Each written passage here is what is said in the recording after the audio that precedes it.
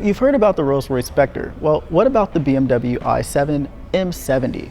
Well, this car makes more power than the Rolls-Royce Spectre, and it also has a few features that BMW added specifically to this car. So let's check them out.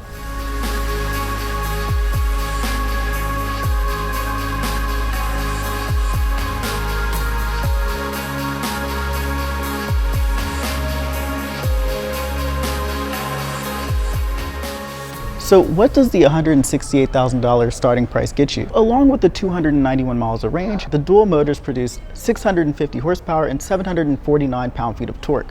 So in the i7, you'll find a display here in the rear seat, and this is going to be to control all of your features on your rear screen, as well as some of your comfort settings as well. So we have our climate control here, and we have a display button here. We can also change what we're listening to as well, because the BMW i7 is really about the passengers. The drivers get some cool stuff too, but the passengers have all of the fun, because check this out. In the rear, you have a screen here, which you can display pretty much anything on. This is called the theater screen. So when you're looking around the i7, you'll notice that everything kind of has a crystal look, from our volume knob to our gear selector. So if you're not familiar with iDrive, iDrive is BMW's user interface. So anything that you want to do in the car is going to be controlled by iDrive. Now, this current car is on iDrive 8.5.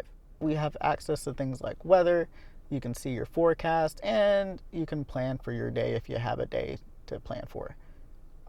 So the BMW i7 has features that you probably wouldn't expect to have in a car. Check out this interior camera. So this is a screenshot of basically everything that's happening in the car.